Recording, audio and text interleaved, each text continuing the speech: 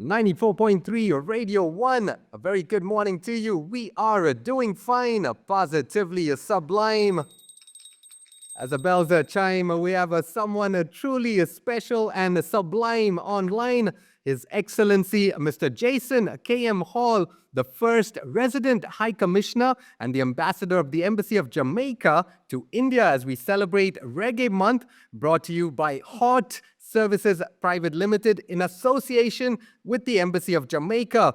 His Excellency was previously in Mexico, in Mozambique, in Swaziland, and also knows a lot about my hometown, Kitwe, in Zambia. So I am truly excited to have him on the show. It is an honor and a privilege to talk to you at this very auspicious celebration of World Reggae Month and, of course, Bob Marley's birthday. My name is Blaaze. I'd like to welcome you to the Good Morning Show. Morning, namaste. Great to be here. Thank you for having me. Respect. Good morning. Thank you so much for being here. Before we start things off, you just came back from the Kumbh Mela. How was that? So, it was a truly um, deeply spiritual experience. This is my holy water from the Ganga. I actually swam in the confluence. And, there's something very powerful, very spiritual about water in any religion. But to experience this with millions of other souls was a one-of-a-kind experience, and I'd always cherish it. They say that water is all powerful, water is all cleansing. And when I was there in the confluence of the Ganges and the Saraswati and the Kat and the Yamuna, I could feel this very clear energy in the water. And it's something I'm still unpacking as I move on from that experience. But it was truly remarkable, and I am eternally grateful for having had the opportunity to experience that. Wow. And I have to tell you, I am feeling like Bob Marley is who I'm talking to right now. I love your office. I love the Bob Marley pictures in the back. I love the Jamaican flag. It just looks so amazing. But today we're celebrating Bob Marley's birthday. And so it's a truly special occasion. It's also February, for those of you who don't know, is actually Reggae Month. All of February. It starts with Bob Marley's birthday and ends with Dennis Brown's birthday. Dennis Brown, as you know, is a crown prince of reggae. Bob Marley is the king of reggae. And here at Delhi, we're just trying to create a little excitement around the concept, trying to generate more awareness about Jamaica and the concept of one love. Absolutely, the concept of one love. You said it. Before we start, I would like to play you a small surprise, a small tribute to you and to the world of reggae, to my hero, Bob Marley. This is my song tribute. It's called Jah Bless. It's shot all over the streets of Chennai, and it comes straight from the heart just to you. So here we go. Let me share my screen and play you a little something from Bob.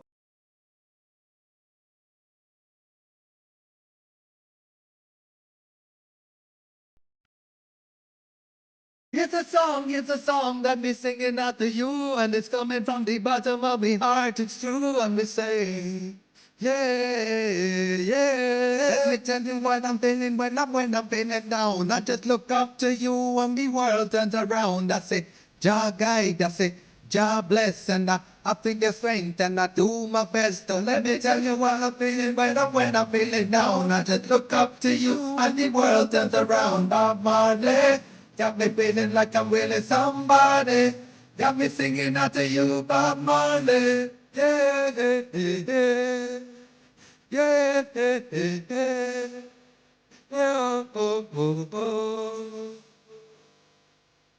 One love, one heart, that's the reggae on the street, with the rhythm deep inside and the soul so sweet. Bob Marley spirit forever in the air, a voice of peace, a love beyond compare. Jah guide, Jah bless, the prophet of divine. His music like a river transcending all time. From Kingston Street to every corner of the world. A message of unity, every boy and a girl. Redemption song, a plea for freedom's call. Get up, stand up, and yes, he stood tall against oppression with a gentle hand. A warrior of peace all across the land. So God, God bless the prophet of divine. His music like a river transcending time. From Kingston Street to every corner of the world. A message of unity for every boy and a girl. Let me tell you what I'm feeling when I'm feeling down. I just look up to you when the world turns around. That's it, Jah guide, that's it.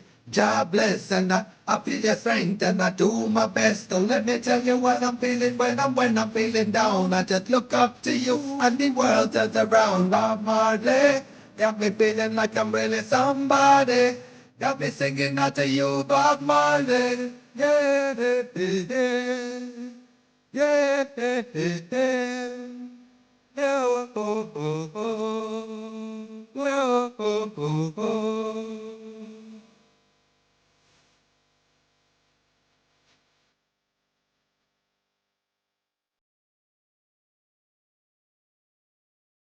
Let me tell you what I'm feeling when I'm feeling down. I just look up to you when the world turns around. I say, Jah guide, I said, Jah bless, and I feel your strength and I do my best. And let me tell you what I'm feeling when I'm feeling down. I just look up to you and the world turns around. Bob Marley, got me feeling like I'm really somebody.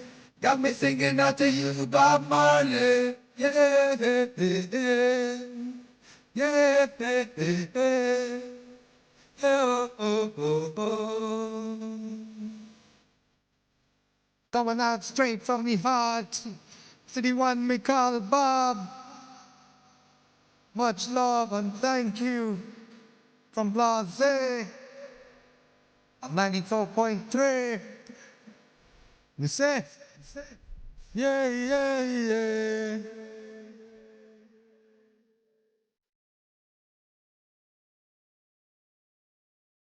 Yes, indeed.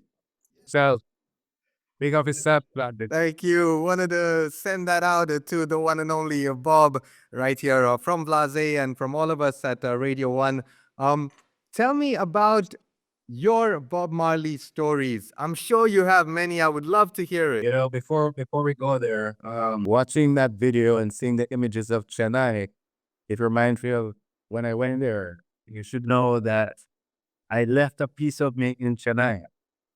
What do I mean by that? As a former athlete, um, I ended up having to replace my hips, and I did so in Chennai. So long before I became an ambassador here in India, I visited Chennai back in 2015 to replace my hips. So yeah, Chennai holds, if you will, a special place. So Bob, what can I say? I left Jamaica in 1981, which was the year that Bob Marley died. And my father was a forester, and we moved to the Amazon in Brazil. One of the most fascinating things for me about that whole existence was that I learned Portuguese in 2 months. 2 months. I was 10 years old, but what happened was, everybody was curious about this little boy from Jamaica. And the friends that I made all came to my house and wanted to know, you know, what my parents looked like and what a Jamaican household looked like. And among the many things they saw in the house was a Rastaman Vibration LP, which they quickly reported back to their parents as having seen. And would you know that immediately following that, the parents would invite me over to the house for dinner because they weren't at home otherwise during the day, and that I should bring the Rastaman Vibration LP. And so I would have this engagement with the parents, and the engagement would last a lot as it took to dub off the LP on a cassette. So basically, Bob Marley taught me Portuguese. A big story though, because after Africa, after Brazil, my dad, who was a forester, as in he dealt with trees, he was posted in Mozambique. Right. And that's how I ended up in Swaziland and came to know of your beautiful country, Zambia. But of course, this was in the the mid to late 80s. And that was a period of unrest in Mozambique. And there was actually a civil war going on. And so he eventually had to leave. They were planting more landmines than trees. So there was no work for him there. And it got quite dangerous. And he moved to Sierra Leone. And so I would stay in Swaziland and travel every holidays from Southern Africa to West Africa. And that was that voyage that if you make every flight, you do it in 5 days, but you'd never make every flight. And what was fascinating for me, it was traveling the world as a Jamaican and the reception that you got, everywhere I went, from the airport, I would have a little problem and a man just look at my passport and say, "Oh, you are Jamaican." And, it would just facilitate the path. But perhaps the most remarkable aspect of my many Bob stories is one situation in Sierra Leone where just after the Liberian War had sort of escalated to a point where the Sierra Leonean soldiers who were there began to flee that front line and came back to Freetown. And they were very disgruntled and were creating a little bit of havoc throughout Freetown. And I'll never forget this because what had happened was I had a girlfriend at the time, and I took her to see a moonset. I don't know if you know what that is, but basically, just like how you see a sunset stepping in the sea, you can see a moon stepping in the sea. It's a very moving experience simply because, at that point where the moon touches the horizon, you can actually perceive the rotation of the earth. The moon no longer is falling in the sky, but the horizon is rising up in front of you. So it's a very heady feeling. Anyway, I took her for this and we came straight from a party, so we didn't have our swimsuits, and we decided to take a swim. And of course, our swimsuit, you wear your birth suit, and we were having an amazing time on the beach, and all of a sudden, um, I feel a gun in the back of my head, and it's this man with a machine gun in the back of my head, and you know, they I don't know what their motives were, but obviously it was a very scary situation. So I set Paula into the water and she swam out to the sea and, just leaving me and these two soldiers. And, they start to really manhandle me, and it becomes an untenable situation. And I have a moment of courage, a moment of clarity in this whole melange. I just said to the man, I say, you come and see a man and a queen on the beach. There's no room for you here. You bring a candle, you can't sing a song, And the guy is looking at me with his gun pointed at he say, he says to the other soldier, he said, "This man is sounding talk like Bob," meaning this guy sounds like Bob Marley. And I said to him, "Yes, I'm from Jamaica." At which point the guy lowers the gun and apologizes and gives me a hug. So, my girlfriend in the water, who is not privy to the conversation to this day, thinks I'm a Jedi. Uh, no, no, as you hear the story, we can relate that it's just dread eye. Absolutely fantastic. Wow. Um, how do you see what is the significance of World Reggae Month? I mean, these stories signify exactly what it is, but tell us a little bit more about World Reggae Month. You know what's fascinating about Jamaica? Jamaica is listed as the most musical country per capita output. So that means that there are more people for the small population of Jamaica, which, by the way, is it's 3 million people. We're saying there's 3 million people in Jamaica, 3 million Jamaicans outside of Jamaica, and and get this one, 303 million made in Jamaica because it is the leading honeymoon destination.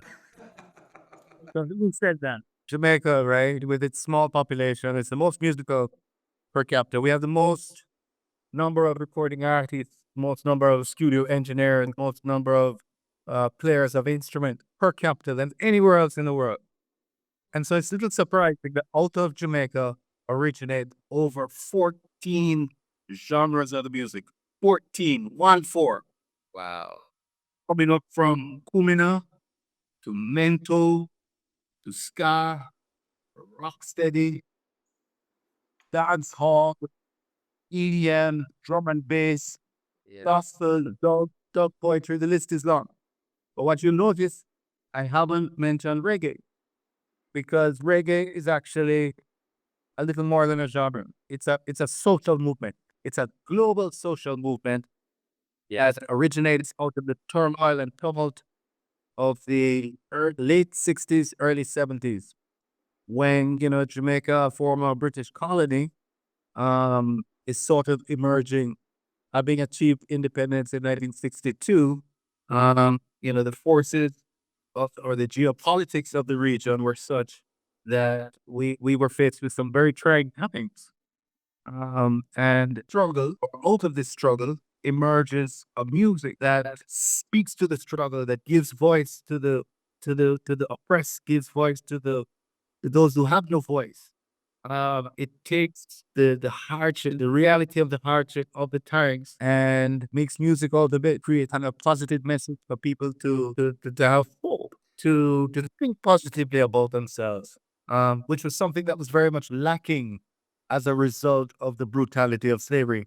You know, it's something that's not often spoken about, but of course, if you look at our history, Jamaica, and it's interesting because here in India, when people see my flag, they say, "Oh, Africa," and I say, "No, Jamaica is not in Africa, but Africa is in Jamaica, right alongside India, because in Jamaica you have a majority African descended population, as well as an Indian descendants, because they came to Jamaica some 180 years ago. Right. This year, we actually celebrate 180 years of Indian arrival in Jamaica. But the point I'm getting at is that during that period of slavery, more slaves were recorded to Jamaica than all of North America combined. Now, that's an astounding statistic. And it's attributable, one, to the fact that we were a transshipment destination. So the ships would come and offload the slaves who would then be taken on other ships to other destinations in the Caribbean. But the other factor is that the mortality rate was so high. The slavery in Jamaica was brutal.